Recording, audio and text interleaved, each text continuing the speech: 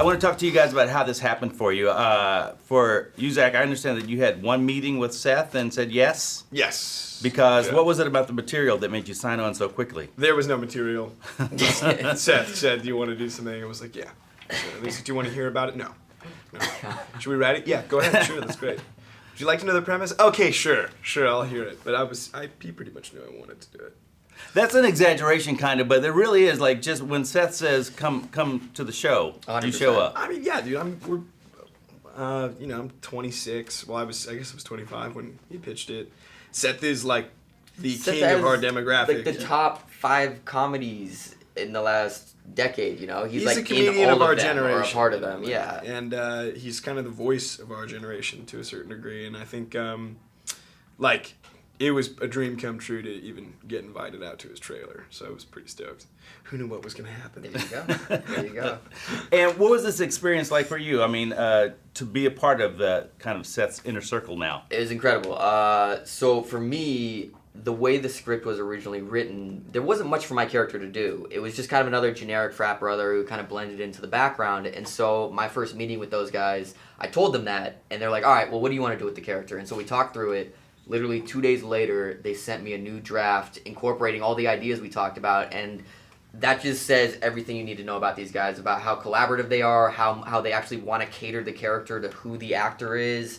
And they're just the greatest. They're the greatest. And they just want you to feel comfortable and safe. And I would do anything with these guys. In this story, your fraternity is at war with Seth and his family. Yeah. Did any of that actually transfer into real life, like the kind of the back and the forth or the pranks and all that? Not really. Really, just because inherently within like the script and what the movie is, there's so much debauchery already going on. It's not like we need to like, all right, let's do even crazier shit off camera. You know, there was enough going on that when the cameras weren't rolling, we were all just kind of catching our breath and like sleeping, you know, getting ready for the next crazy thing that we were going to do on film. Yeah, and there was no bad blood between us. No, not at all. If anything, we would just be like, are we really doing this? Right. Oh my gosh. And Seth would be like, yes, go, come on, be crazy. And we're like, come on, dude. As one of the producers, Seth has a big hand in the film. Does he control the amount of times you take your shirt on and off? He can, yeah. Generally, I don't know if it's because he's a producer or just because I respect the guy, but if he was like Efron shirt off, I would just... Right, it just melts off of you. I would feign reluctance, and then he'd like go, and I'd just take it off. Right. Because I know there's a Abercrombie and Fitch area that was kind of just ad-libbed.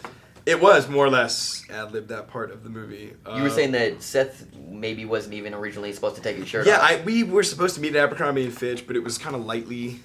There was a little bit of dialogue there, and then before I knew it, Seth just had his shirt off, and he was like standing next to me, and Nick's direction was, okay, now try and get people into the store, and like legitimate customers like that were just at City Walk that day or walking by, and Seth and I just tried to get them to come into the store. It's one of the better scenes, I think. It was, because we didn't know what we were doing, and Seth was just so funny.